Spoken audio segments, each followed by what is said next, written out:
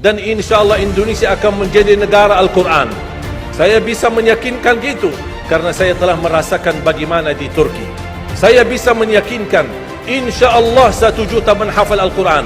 Imam besar salat Idul Fitri dan Idul Adha sekaligus khatib adalah Presiden Republik Indonesia menghafal Al-Quran. Itu yang saya yakini, dan saya tidak pernah merasa lelah. Yuqalu liqari'il Quran, ahlul Quran di dunia yang kesibukannya baca, kesibukannya hafal, tidak membuangkan waktu sia-sia, selalu bersama Al-Quran.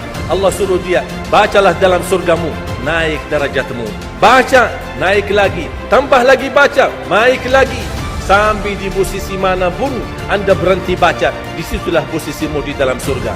Ketika di hari kiamat dipanggil, semua manusia dibangkitkan oleh Allah. Malaikat memberikan pengumuman, mana ahlul Quran? Karena ahlul Quran adalah keluarga Allah subhanahu wa ta'ala. Subhanallah walhamdulillah wa la ilaha illallah.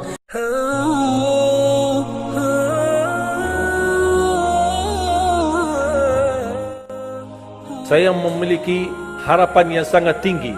InsyaAllah Indonesia sepanjang apapun kegelapan, sepanjang apapun kegelapan kezaliman, sepanjang apapun kehilangan keadilan, insyaAllah akan datang satu saat terbitnya matahari adil.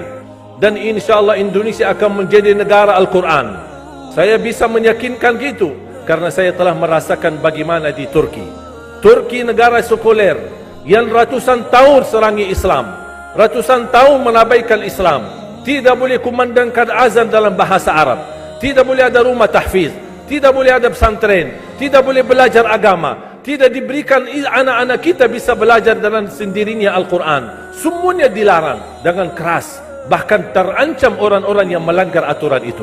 Allah subhanahu wa ta'ala melahirkan seorang presiden yang bisa membaca Al-Quran. Coba buka di YouTube bacaan Erdogan bagaimana. Itu dilahirkan dari negara sekuler. Saya bisa meyakinkan insyaAllah 1 juta menghafal Al-Quran.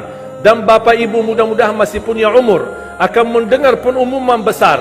Imam besar salat Idul Fitri dan Idul Adha sekaligus khatib adalah Presiden Republik Indonesia menghafal Al-Quran.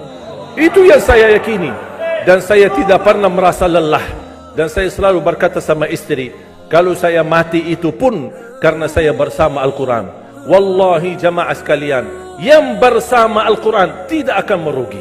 Berkah rizkinya, berkah umurnya, terjamin kebahagiaan. Allah subhanahu wa ta'ala hanya minta satu, berkenan bersama Al-Quran di dunia. Apa yang kita dapat? Apa yang akan dibalas? Akan Al-Quran temani kita di dunia, akan temani kita saat sakratul maut, akan temani kita di kuburan membela kita, akan menemani kita saat kita dibangkit oleh Allah, akan menemani kita saat hisab, akan menemani kita saat berjalan di atas sirat yang sangat tipis dan panjang, bahkan tajam jalanannya. Begitu sampai ke surga, apakah Al-Quran melepas? Tidak akan melepas. Al-Quran masih berkenan, padahal kita hanya cuma sekali berteman sama Al-Quran di dunia. Dia begitu luar biasa panjangnya bertemanan sama kita sampai ke surga, bahkan akan temani kita masuk surga. Sebagaimana bersabda SAW, yuqalu liqari'il Quran, ahlul Quran di dunia yang kesibukannya baca, kesibukannya hafal, tidak membuangkan waktu sia-sia, selalu bersama Al-Quran. Allah suruh dia, bacalah dalam surgamu, naik derajatmu. Baca, naik lagi, tambah lagi baca, naik lagi. Sampai di posisi mana pun anda berhenti baca, disitulah posisimu di dalam surga. Bagaimana kata Siti Aisyah di riwayat Imam Muslim, jumlah tingkatan-tingkatan dalam surga Allah sesuai jumlah ayat Al-Quran. Oleh karena itu tidak ada yang lebih tinggi di dalam surga Allah daripada Ahlul Quran. Cukuplah bahagia Ahlul Quran ketika di hari kiamat dipanggil. Semua manusia dibangkitkan oleh Allah. Malaikat memberikan pengumuman, mana Ahlul Quran? Berdiri, rapat, berdekatan. Mereka maju, mau bawa kami ke mana? Kalian terpilih menjadi orang yang terdekat sama Allah, karena Ahlul Quran adalah keluarga Allah subhanahu wa ta'ala. Bukan hanya kita sendiri yang mendapatkan anugerahnya dan manfaatnya, semua keluarga kita, termasuk orang tua kita dan orang yang ada di sekitar kita. Makanya jemaah sekalian, kalau anda gagal penghafal Al-Quran, anakmu pun gagal penghafal Al-Quran, jangan sisahkan walaupun saham menjadi saksi baik di hadapan Allah. Ya Allah, saya belum hafal, anakku gagal penghafal Quran, tapi insya-Allah hartaku, usahaku, pikiranku, tenagaku bisa terus memperjuangkan Al-Quran. Apa saja ya Allah, insya-Allah menjadi saksi baik.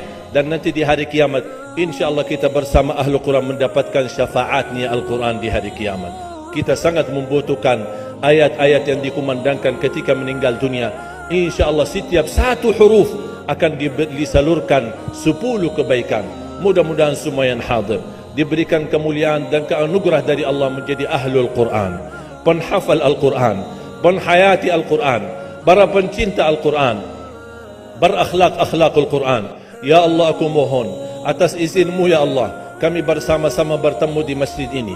Berilah kepada kami kemuliaan bersama-sama bersama ahlul Quran di dalam surgamu ya Allah, ya Dzal Jalal wal Ikram, ya Arhamar Rahimin, ya Arhamar Rahimin. Anugerahlah kepada kami anak dan keturunan penghafal Al-Quran, anak dan cucu penghafal Al-Quran yang mampu menjaga nama baik keluarga kami, yang mampu membanggakan kami di hadapanmu hari kiamat, yang mampu menghadiahkan mahkota untuk kedua orang tua kami.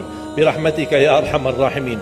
Ya Allah, maafkan kalau kami tidak berhasil menjadi penghafal Al-Quran, tapi ya Allah, kami kurbankan nyawa kami, harta kami, usia kami, tenaga kami, pemikiran kami, ilmu kami untuk Al-Quran, agar Indonesia ke depan menjadi negara Al-Quran, agar Indonesia menjadi contoh terbaik untuk mata dunia, agar bisa kita melahirkan. Karena saya meyakinkan ya Allah, dan kami semua meyakinkan, terjamin masa depan Indonesia baldatun tayyibatun wa rabbun ghafur kalau selalu bersama Al-Quran. اغفر لنا ولوالدينا ولجميع المسلمين والمسلمات والمؤمنين والمؤمنات الأحياء منهم والأموات. ربنا آتنا في الدنيا حسنة وفي الآخرة حسنة وقنا عذاب النار. وصلى الله على سيدنا ونبينا محمد وعلى آله وصحبه وبارك وسلم، والحمد لله رب العالمين. سبحانك اللهم وبحمدك، أشهد أن لا إله إلا أنت، أستغفرك.